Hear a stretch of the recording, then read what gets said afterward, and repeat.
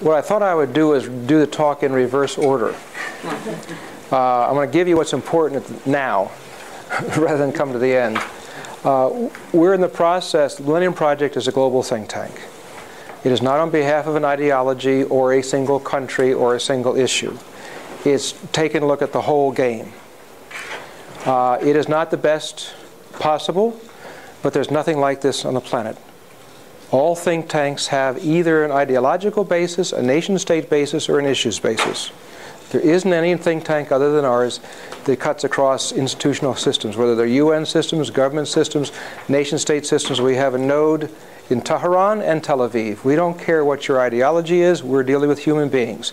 We've got serious stuff to do, and we're wasting people's time on ideological and single issues, nation-state sovereignty, stupidity. I have at least no patience with that nonsense.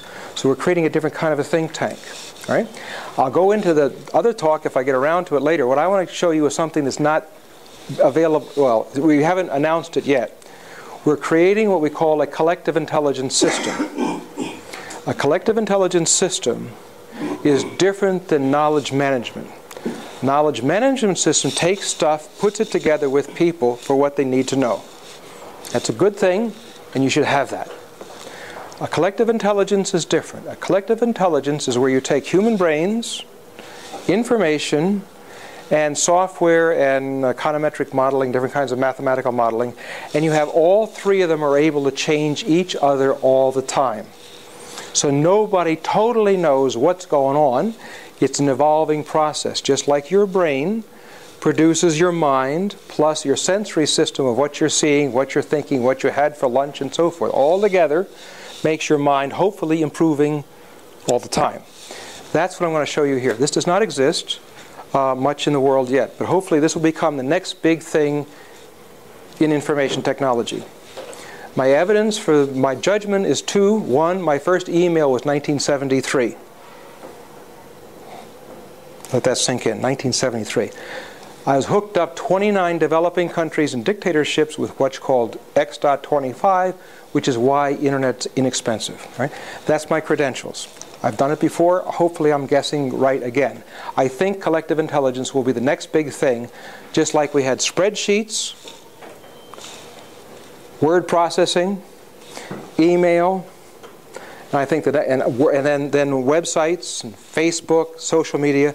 I think the next will be collective intelligence, because what we need to know and what we need to do and the information behind it is way beyond what you're being told, given today in textbooks and websites. It's just not enough.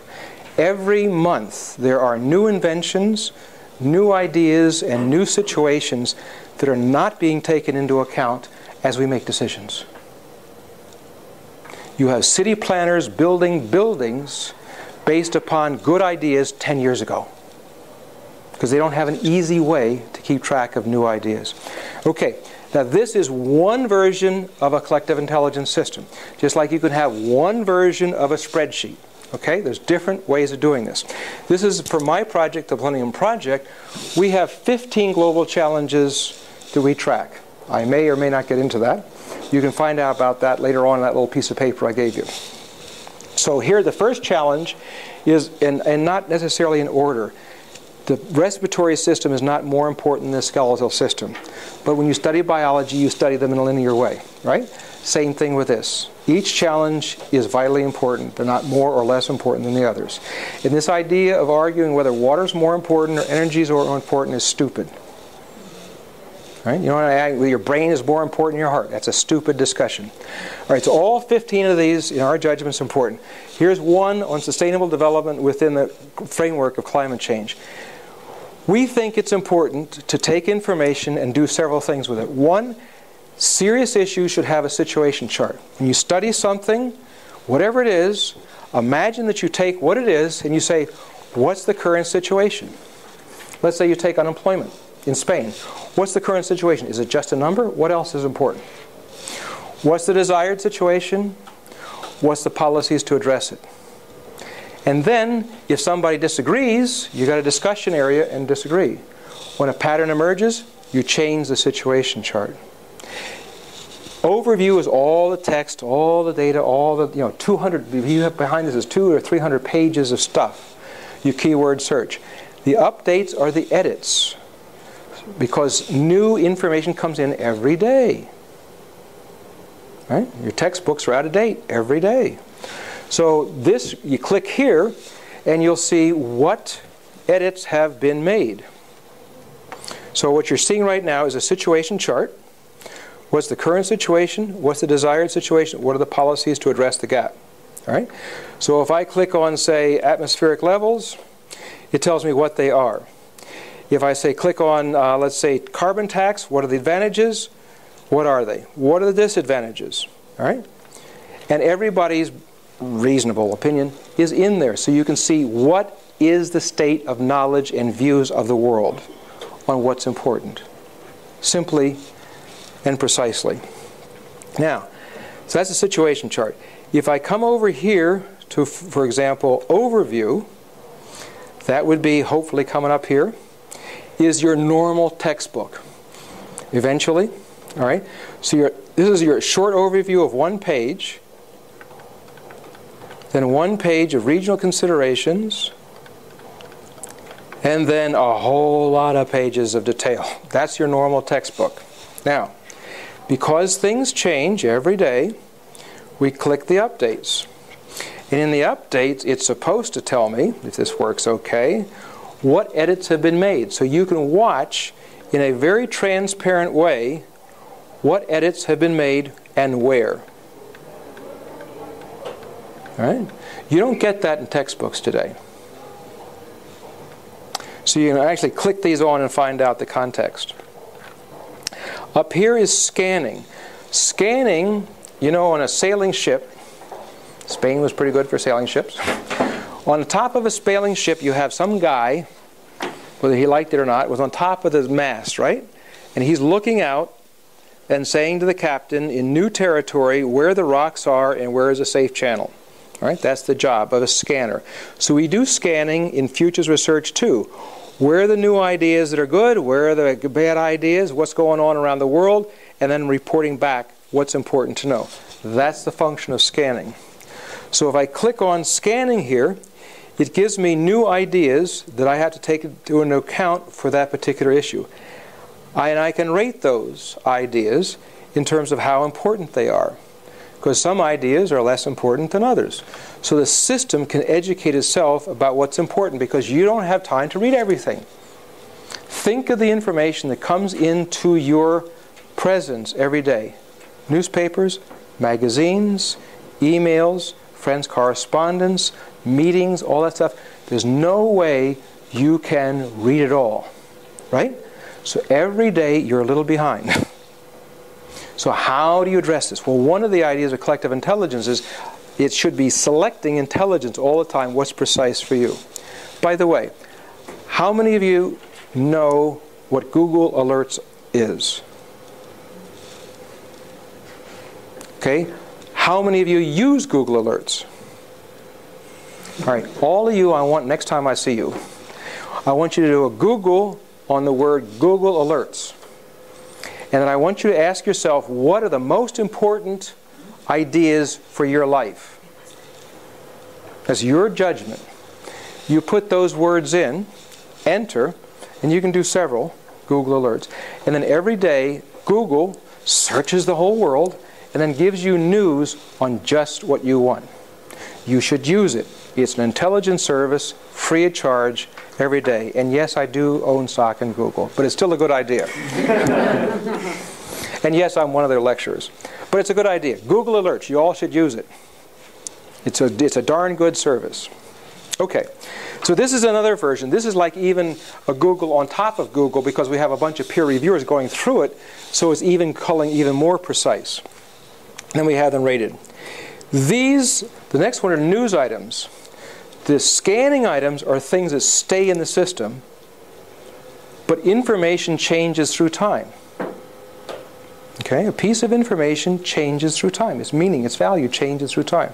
So what I just showed you on the scanning, you can right-click and you can edit or annotate about that information. Because information is not static. Its meaning changes. You may have a new insight on that information that no one else does. We put it in there, so it's collective intelligence. Now, I should say collective intelligence is a problem. The right wing does not like the word collective. The left wing doesn't like the word intelligence. So I got a problem. But the fact is, in Silicon Valley and in the ICT world, that's the term we're using. It may change, but that's where it is now. It's just like we use the word artificial intelligence, and the word has been defined in many different ways. We'll have the same problem. It's just the way it is. Okay, so news. These are news items. Now I want you to notice you can rate the news items just like the other ones. But over here, you have the source. This is the UN Environmental Program. It tells you how many items have come in from that source, so that you've got two ratings. One, how important it is. Two, how much it is worth in certain areas, so that we can start to delete items as well as add them. Deleting is as equally important in your life as adding. Right now we keep adding. Give me more feedback, give me more books, give me more stuff, which means we're more buried, which is in psychology we call it habituation. If you receive data, information, and you don't respond, that's habituation, which makes you stupid. Don't do that. Delete as much as take. Consider a room. You keep putting stuff into it, you can't use the room anymore. That's your brain. Okay, that's information. News. The next one is, I'll jump over to 6 here. You'll notice that, by the way, we can do horizontal searching as well as down searching. So we go over to, and we hit real-time Delphi. This is a questionnaire. So there's certain questions that we don't know the answer to that we think might be important. So you have here some instructions, and you are able to add questions and define what's important about the question. So here's a question.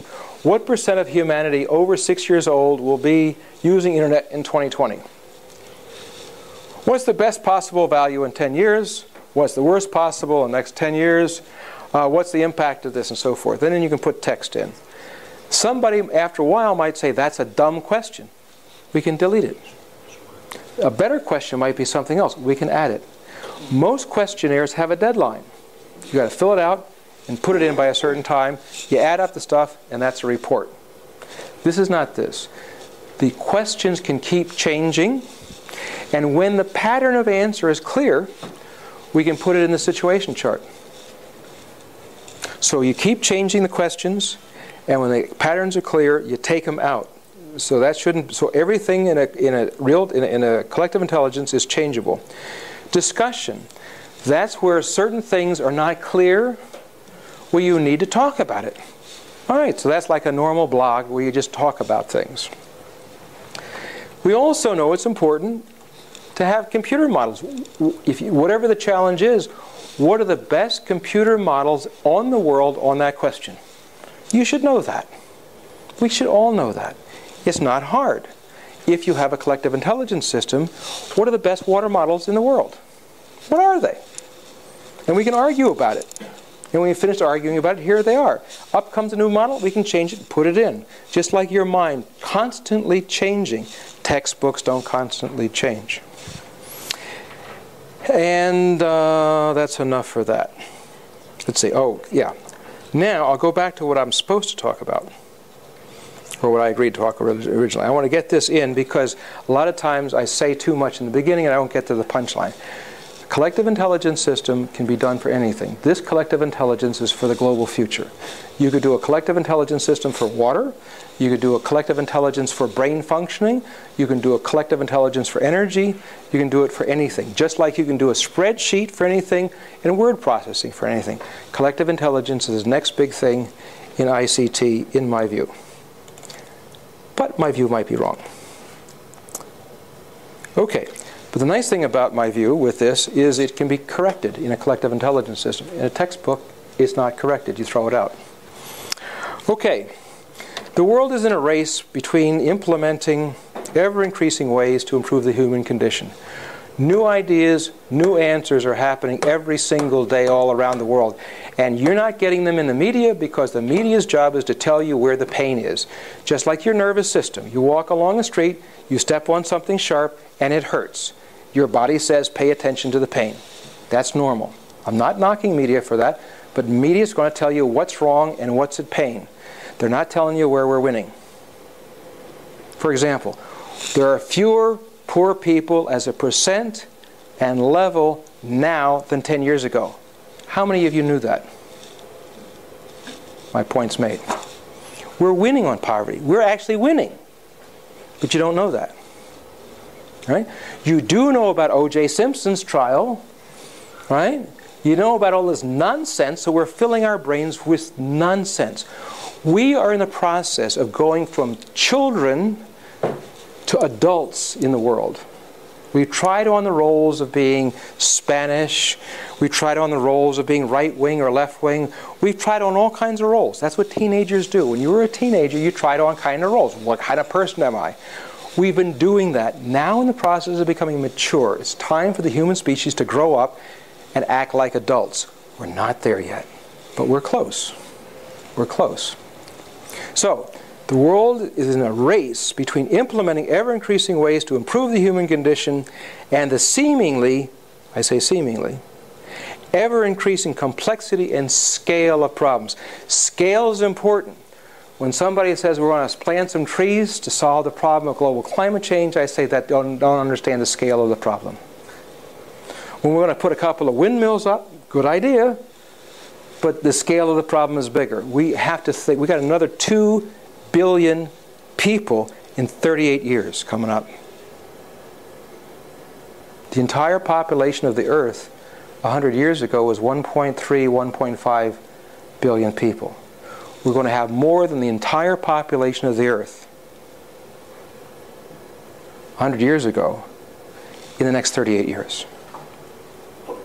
So you think you've got traffic problems now?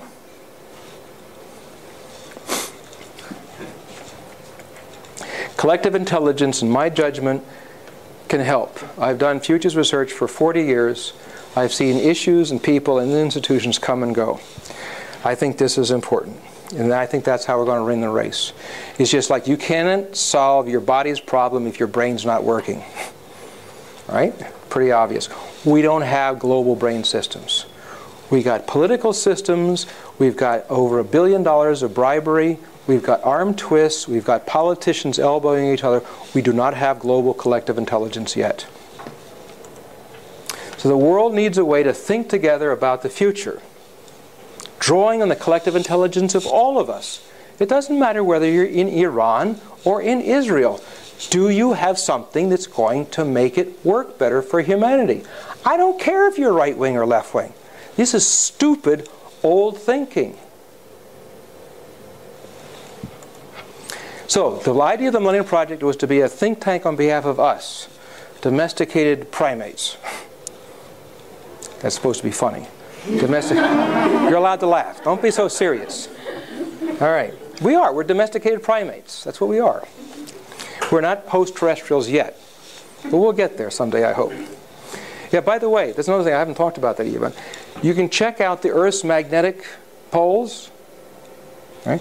You take the Earth, you take the Sun, we got magnetic stuff, and you have this electromagnetic, goes around the Earth and goes off and doesn't kill us. If the magnetic poles lose their strength, which they are just beginning, we're finding out now, 500 years, we're gone. We could have a 500-year deadline. How long is it going to take for us to migrate beyond the Sun? We don't know. We've never done it before. But between you and me, that's real. We will not be here in 500 years if the magnetic poles continue to lose their strength as they are right now. We're gone in 500 years. Now, the good news, and it's good news, imagine like with the zygote. You know, when you were inside your mother's womb, there's no way to forecast that you're going to come to this university. Right? There's no way to forecast what you are going to do. You're just this little thing inside of another human being. We are that in the solar system. We are 100% dependent upon the sun for everything. That sun goes, we're dead. 9 minutes later, we get 9 minutes. Right? Now, the trouble is that same sun that gives us everything that we need to be alive, like our mother inside when we were inside the womb, can also kill us with this magnetic change. It's a 500-year deadline. Now, the nice thing is, if we human beings do leave the solar system, we will have learned how to actually cooperate. What do we need to live beyond the sun? It'll be us like growing up. We're no longer dependent upon mommy and daddy. We're now an adult, independent of the sun. So that's a long-range deal. In the meantime, we need a think tank to think through all of these issues, from climate change to organized crime to magnetic poles. All these things we have to think through. So we need an independent, neutral think tank that is neither right-wing or left-wing or Iran or Israel or Spain or France, but we domesticated primates so that we can become post-terrestrials. We're not there yet. So it's put together by UN organizations, governments, NGOs, corporations, and universities. It'll become trans institutions. You hear people saying the institutional structure that we have today is not efficient, right? You hear people complaining about the institutions can't do it, they're not. So what are the new kinds of institutions? Here's one. A trans institution, unlike other institutions, is a combination of all the institutions. On the planning committee or the board of directors or whatever the organization has, and you can have a trans institution for AIDS, you can have a trans institution for IQ, you can have a trans institution for water, you can have it for anything. But the ruling body should come from all these institutional categories. The people who do the work should come from all these categories, but not a majority of anyone. The money should come from all these categories, but not a majority of anyone. And the value added. The advantage is when you do something as a trans institution, it has to make sense to the bottom line because business is there. It has to make sense politically because the government is there. It has to make sense to knowledge because the universities are there. It has to make sense to values because the NGOs are there. It has to be internationally sensitive because the UN or UN-related or international organizations are there. This also gives a flexibility that when the Millennium Project wants to act through corporations, it can. Iban is the chair of the Millennium Project here in Spain, and he works for a corporation. Right? In another place, it's university and so on. When we need to act through different categories, we can. Those categories, they can't. You know, businesses cannot act through governments. Well, they're not supposed to anyway. They do a little bribery sometimes. But that's illegal. We want trans institution to be a third category. You have for-profit law, every country. You have non-profit law. I want trans institution law as the third category, so that people can start to form trans institutions. So normally you might think, well, I'm going to start a business. You're in a business school, yes? How many people want to start a business? What are you doing here if you don't want to start a business? Okay, most of you want to start a business. You want to work for a business? Yeah? Okay. Someone wants to work for a business. You're getting lazy. Create your own business. You can create a trans institution. What's really cool to you? So imagine what's really cool to you that you want to add. Who in UN organizations are interested? You don't have to take the whole UN, it's too big. Who in government is interested? Who in NGOs or foundations interested? Who in corp? You create your own trans institution, and you will move faster than any one of those organizations acting alone. This is what gives the Millennium Project its flexibility, and these colleagues here will tell you we do a lot of stuff that's way off the charts of normal analysis because of that change. You can say no to that, yes to this, respond to feedback, because that's what makes the neural connections in the brain, the new wiring in the brain. The more your brain is wired, the more intelligent you are. And one of the ways you force your brain to make wiring is respond to the feedback. Here's a book, that's stupid. Here's a book, that's good. That forces the brain to make new wiring. Responding to feedback is one of the easiest ways to get more intelligent. Examples of what we do one in the next economic system. I'll talk about that a little bit. Middle East peace scenarios, we're involved with the Muslim Brotherhood, and that's one of the reasons they've made the changes, by the way, in the last 5 years. Science and technology scenarios, a good one to read. Open up your mind about what's possible. Education 2020, how do you make yourself smarter? Seeds of future media and entertainment, a lot of fun to go through all those capabilities. Latin America 2030, Iban's going to talk about that. Collective intelligence system for energy, that was our first application, but I gave you the updated one just now a little bit. Water scenarios for UNESCO, we're helping them on some stuff. Environmental security, extremely important issue coming up. State of the Future Index. You all know about cost of living index, yes? Inflation. And you have different variables, you put them together and you say the inflation went up or down because of this, right? What this is the same thing, but for the whole future. We do a State of the Future Index for the world. Right now you hear people saying, gross national product per capita is a dumb measure. Because if you and I have a fight, the GDP went up. Right? Because the hospitals were engaged, the money transactions, the GDP went up.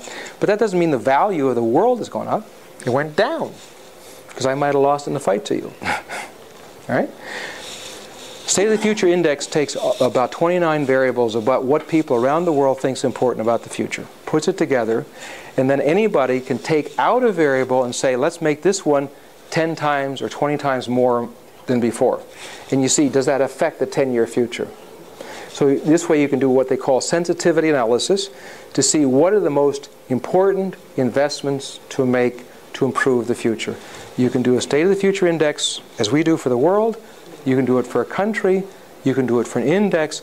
And eventually you might learn how to do it for yourself. What's you in 10 years better? What are the variables? How do you measure them? And what are the most effective investments for your time?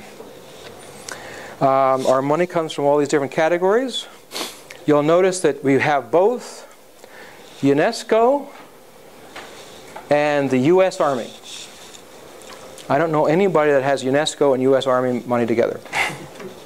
Because we're dealing with the general future, that's why. So it's not right-wing, left-wing government. 10 minutes. Good thing I did collective intelligence first. So we got these 46 nodes around the world. Iban's going to tell you a little bit about his. We put these long process to make 15 global challenges. Here are the 15 global challenges. Again, they're not in order of priority, just like the systems of the body are not in terms of priority. We think this is a framework to understand global change. If somebody says, how do you know how the world's changing? What do you do? How do you answer that question? If you're doing business, serious business, you have to know how global change is affecting you. This is a framework. How do each of these changes affect your business? This is State of the Future Index. What this is saying in the world situation, we've improved a bit over the last 20 years, but we're not improving quite as much as we were before. We're going through a little difficult period. But it's still up. Humanity is winning more than it's losing. Repeat. Humanity is winning more than it's losing. What's my evidence? Global assessment of what people think is important and measuring that and putting it together. So you have no right to be pessimistic. You have a right to be worried. But you don't have a right to be pessimistic. So here's where we're winning. And this PowerPoint's available so you don't have to remember everything. And here's the data over those years where we're winning. And here's where we're losing. And that's the data over those years of where we're losing. And this is where we're not really quite sure. And there's a data on where we're not sure. One of the things that's important for Spain is you may have to start giving up the idea of looking for a job. Because there may not be enough jobs. You've heard this before, right? So if there's not enough jobs, then what are you going to do?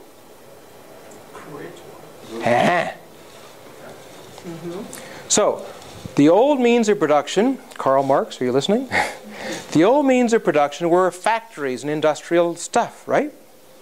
So people argue, do you own that privately or do you own that publicly or state? That's the argument. Now all this sort of propaganda, correct? The means of production in the information society is what? Intelligence. What? Intelligence, knowledge. That's good. That's good. He jumped ahead. You went to the knowledge economy. I was talking about the more primitive information society, but that's good. Intelligence is it. And by the way, there's another talk we'll get you about how do you improve individual intelligence. It's the internet. Internet for the information society. Knowledge and society, right, you're right. We can improve brain functioning. You're right. That's important. There's no ministry of education in the world that has increasing intelligence as an objective. It's all put knowledge in your brain and make you behave. Right? But what do we need in the knowledge economy? Geniuses. Information society is where I'm talking about now, so you jumped ahead of me. The means of production in the information age, information economy, is the internet. 2 billion people are surrounded by 2 billion people. So out of 2 billion people, who wants what you got to offer? You want to teach juggling is my favorite thing. If I juggle, I know my brain is working better and it's good for me. But I don't do it.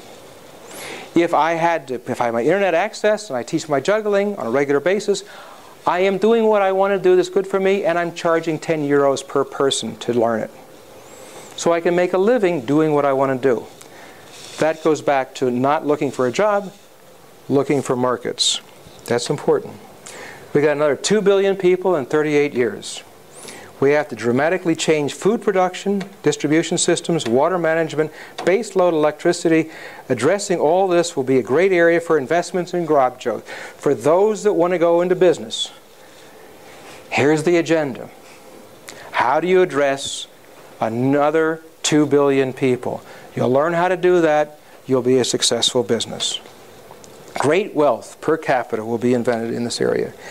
Most of that is going to be in urban Asia. 1.7 billion of the 2 billion is there. So have a branch office in India. In 1900, as I mentioned before, there was fewer people in the entire world than what's going to grow up in the next 38 years. And we got an aging population.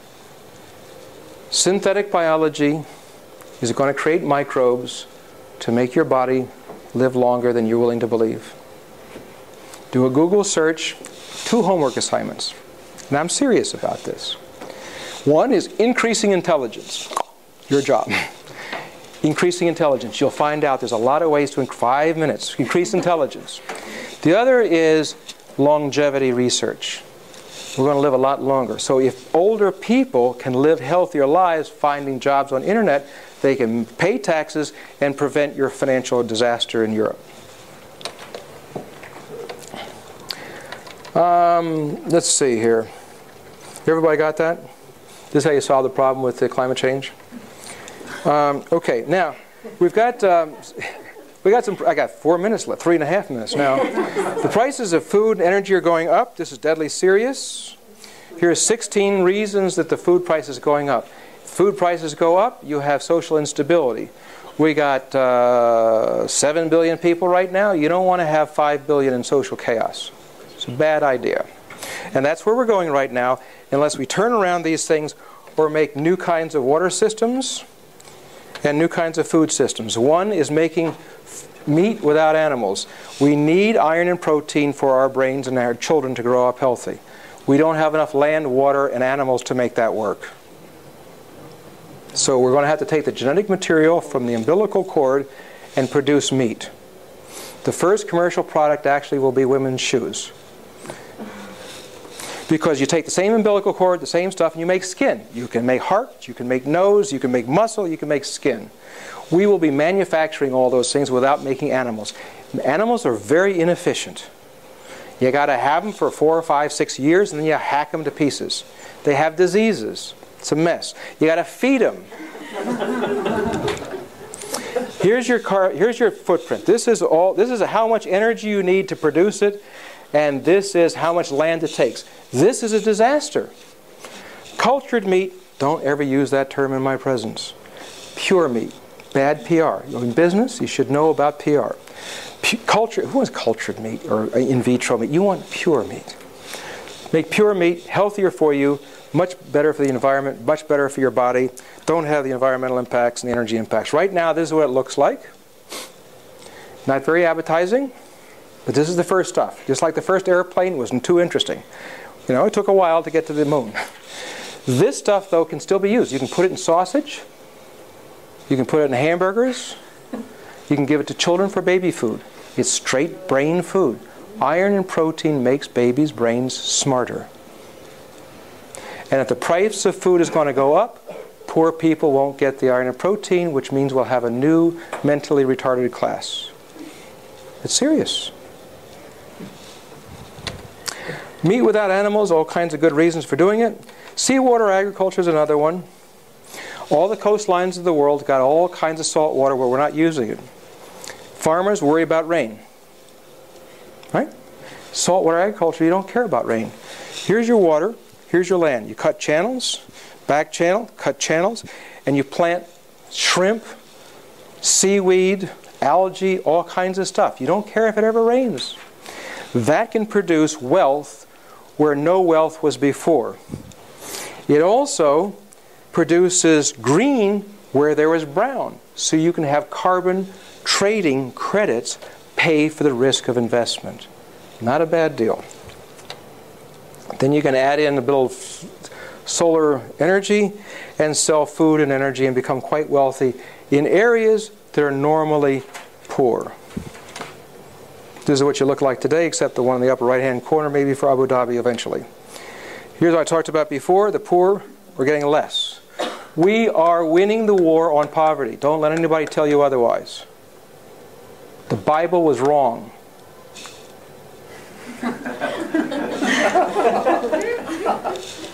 Give me a break. We can get rid of poverty because that's the trend.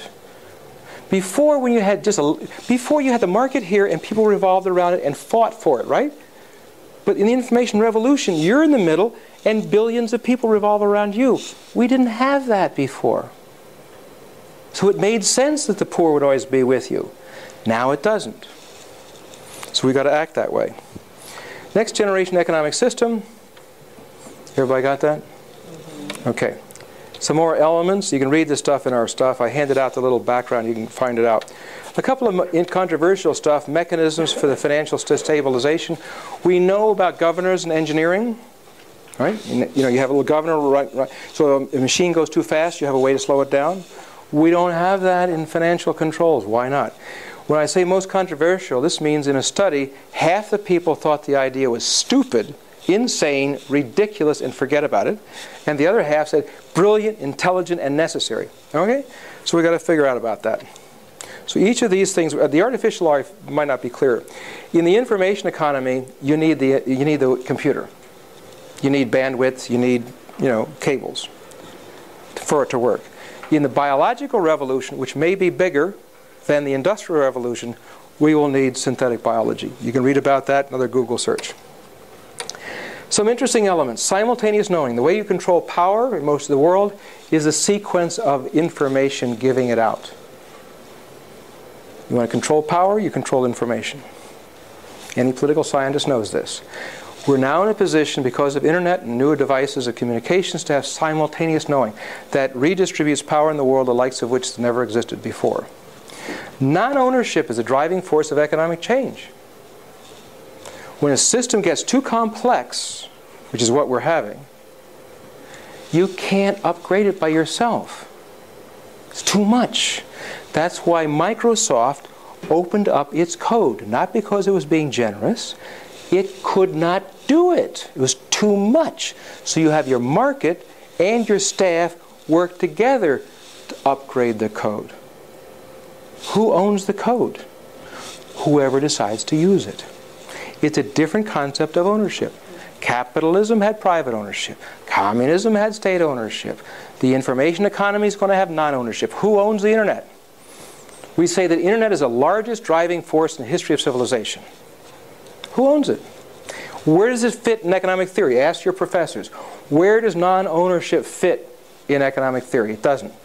We'll create some new theories. War is going down, slowly, but going down. We are winning. As I said, we're winning more than losing. You have no right in Europe to be so pessimistic. You've got to get over it. But don't be so optimistic like the Americans. People, keep your critical analysis, but don't be pessimistic. Nuclear weapons are going down. We got some serious conflict issues coming up. An individual acting alone can make a bioweapon and wipe out civilization. That's the homework assignment to prevent that. International organized crime, bigger than all the military budgets in the world. Military budgets are about 1.3, 1.5 trillion. Organized crime is about 3 trillion. We've got to figure out how to stop that. There's answers in the state of the future. There's some strategies not being acted on yet.